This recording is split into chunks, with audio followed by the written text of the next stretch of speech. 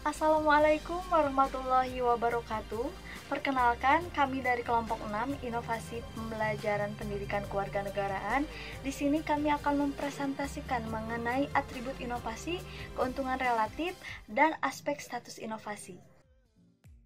Bismillahirrahmanirrahim. Assalamualaikum warahmatullahi wabarakatuh. Perkenalkan, nama saya Agung Nugra Putra dengan NIM 1800393. Di sini saya akan mempresentasikan materi bagian saya mengenai atribut inovasi. Kita membutuhkan klasifikasi standar untuk menggambarkan yang dirasakan atribut inovasi dalam istilah universal. Inovasi pada umumnya memiliki 5 atribut yang berbeda. Masing-masing dari atribut tersebut saling berhubungan secara empiris, namun secara konseptual pun berbeda. Atribut inovasi tersebut adalah: yang pertama ada keunggulan relatif, kedua kompatibilitas, yang ketiga kompleksitas, yang keempat kemampuan uji coba, dan yang terakhir itu ada daya pengamatan. Persepsi krusial saat ini menjelaskan bahwa perilaku manusia ditekankan oleh sociological dictum. Ini merupakan salah satu sudut pandang yang ditekankan oleh Watson yang mengatakan bahwa kemudahan atau kesulitan pengantar ide pada dasarnya bergantung pada sifat baru di produk tersebut. Apabila dianalogikan misalnya seperti ini, jadi seorang pelanggan yang melihat bundel layanan yang ia rasakan pada bayi yang baru lahir. Jadi pada umumnya saat itu tuh diadakan suatu penelitian ya kepada para petani dengan mengimplementasikan kelima atribut inovasi tersebut. Namun ternyata si hasilnya pun kurang terlihat gitu. Nah, maka ada seorang guru dan administrator sekolah yang menyarankan agar kelima atribut inovasi tersebut diterapkan kepada tingkat persekolahan, dan ternyata membawa dampak yang cukup baik, yaitu meningkatnya tingkat adopsi dan bentuk inovasi pendidikan. Maka dapat disimpulkan bahwa kelima atribut itu penting untuk sebagian besar responden. Selain itu juga ada beberapa pendekatan yang berguna untuk memprediksi masa depan. Nah, bisa dilihat ya, nanti poin-poinnya ada di sini. Atau enggak ada di sini. Ya, oke. Ya, jadi memasuki ke pembahasan kedua ya mengenai keuntungan relatif. Jadi suatu inovasi yang baik tentunya harus memiliki tingkat keuntungan relatif. Keuntungan relatif adalah sejauh mana inovasi dianggap menjadi lebih baik daripada ide yang menggantikannya. Tingkat keunggulan relatif sering dinyatakan dalam probabilitas ekonomi, dalam pemberian status, atau dalam cara lain. Sifat inovasi sangat menentukan tipe spesifik dari keuntungan relatif, seperti ekonomi, sosial, dan kesukaan. Meskipun karakteristik mengadopsi potensial juga mempengaruhi, di mana dari keuntungan relatif paling penting.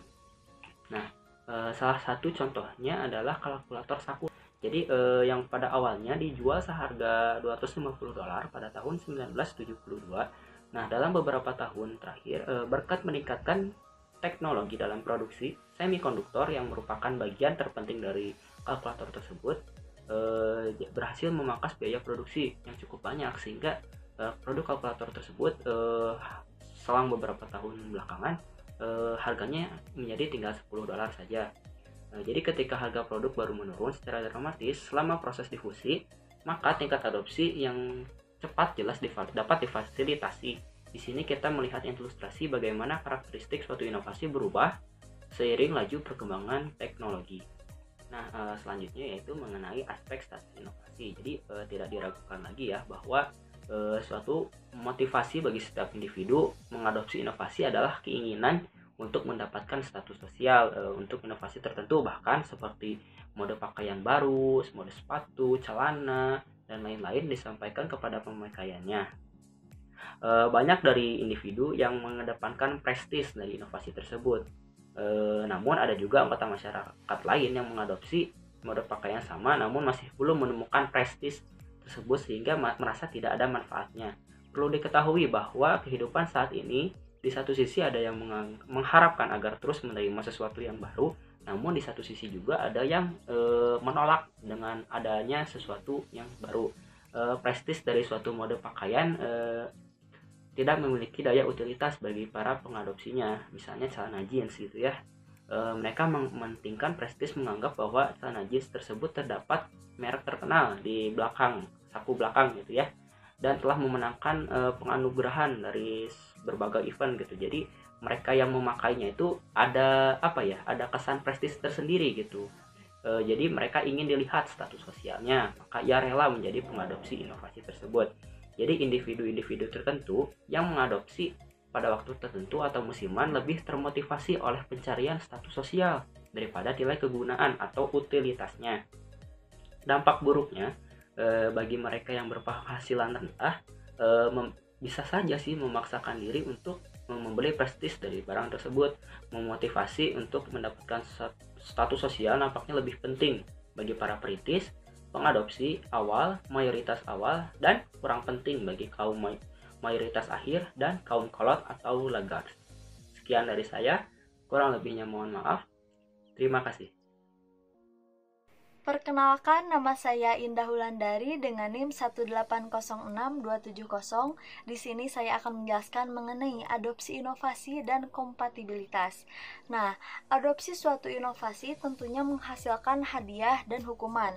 Dalam pengaplikasiannya, ada subdimensi keuntungan relatif, diantaranya tingkat keuntungan ekonomi, biaya awal yang rendah, penurunan ketidaknyamanan, penghematan waktu dan usaha, dan kedekatan hadiah. Nah, dalam rangka meningkatkan tingkat keuntungan relatif merupakan fungsi insentif bagi pengadopsi di mana hasilnya merupakan ide baru. Nah, adapun insentif adalah pembayaran langsung atau tidak langsung dari uang tunai atau barang yang diberikan kepada individu atau sistem untuk mendorong beberapa perubahan perilaku terbuka. Nah, insentif dapat dibayar baik secara langsung kepada adopter untuk pembayaran dapat dibayarkan kepada pengadopsi individu atau agen perubahan atau ke sistem sosial tempat mereka berada. Insentif juga dapat berbentuk beberapa komoditas atau objek yang diinginkan oleh penerima. Akan tetapi, sebagian besar insentif dibayarkan pada saat adopsi, tetapi yang lainnya hanya dapat diberikan di waktu yang lainnya. Nah, kesesuaian kompatibilitas merupakan konsistensi inovasi dengan nilai-nilai yang ada, pengalaman masa lalu, dan kebutuhan pengadopsi potensial, dan perlu diketahui bahwa suatu inovasi mungkin kompatibel tidak hanya dengan nilai-nilai budaya yang tertanam dalam ya, tetapi juga dengan ide-ide yang diadopsi sebelumnya. Kecocokan suatu inovasi dengan ide sebelumnya dapat mempercepat atau memperlambat laju adopsi tersebut. Nah, kompatibilitas berbanding lurus dengan kebutuhan. Salah satu indikasi kompatibilitas suatu inovasi itu adalah sejauh mana ia memenuhi kebutuhan yang dirasakan oleh kliennya. Jadi, dalam adopsi suatu inovasi itu tentunya tidak hanya hasil yang memuaskan atau hadiah yang akan kita dapat, tapi akan ada konsekuensi juga yang nantinya akan kita dapatkan. Mungkin hanya itu yang dapat saya sampaikan, lebih dan kurangnya mohon dimaafkan. Terima kasih. Baik, bismillahirrahmanirrahim. Di sini saya akan melanjutkan presentasi dari pematerian sebelumnya. Adapun poin yang selanjutnya adalah kompatibilitas dan tingkat adopsi. Kompatibilitas inovasi seperti yang dirasakan oleh anggota suatu sistem sosial berhubungan positif dengan laju adopsi.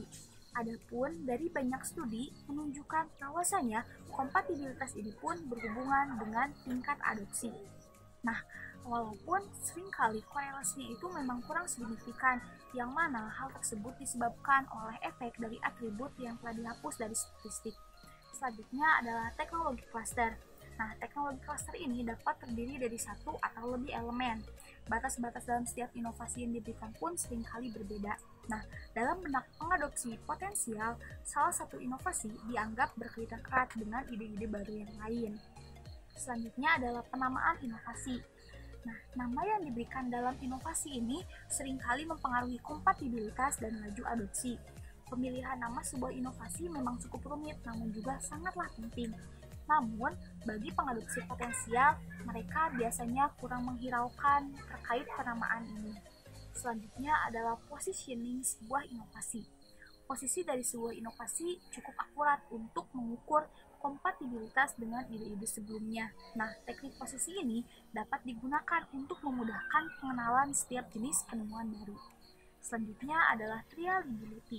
Nah, reliability ini adalah sejauh mana suatu inovasi dapat bereksperimen namun secara terbatas. Menurut Gross dan Ryan, secara relatif, para pengadopsi pemula menganggap bahwasanya reliability ini lebih penting daripada pengadopsi. Jadi, Gross dan Ryan ini memang lebih mengedepankan reliability daripada pengadopsi itu sendiri, karena menurut mereka reliability ini memegang peranan yang cukup penting dalam sebuah inovasi. Selanjutnya adalah observability. Observability ini adalah sejauh mana hasil suatu inovasi dapat terlihat oleh orang lain. Jadi, sebuah inovasi yang telah dibuat dapat diukur tingkat keberhasilannya. Salah satunya adalah dengan melihat eksistensi dari inovasi tersebut di kalangan masyarakat. Demikian yang dapat saya sampaikan. Terima kasih. Bismillahirrahmanirrahim. Assalamualaikum warahmatullahi wabarakatuh. Nama saya Wafa Nur Azizah dengan NIM 1800178. Di sini saya akan menjelaskan mengenai efek difusi dan adopsi yang berlebihan atau over adoption. Efek difusi adalah tingkat pengaruh yang meningkat secara kumulatif pada individu untuk mengadopsi atau menolak suatu inovasi yang dihasilkan dari pengaruh atau proses teman sebaya atau lingkungan sekitar tentang suatu inovasi dalam suatu sistem sosial. Lingkungan komunikasi mengenai perubahan inovasi meningkat atau berkembang seiring dengan meningkatnya jumlah individu dalam suatu sistem. Artinya, semakin banyak individu yang mempercayai suatu inovasi, maka akan semakin mudah inovasi tersebut diadopsi.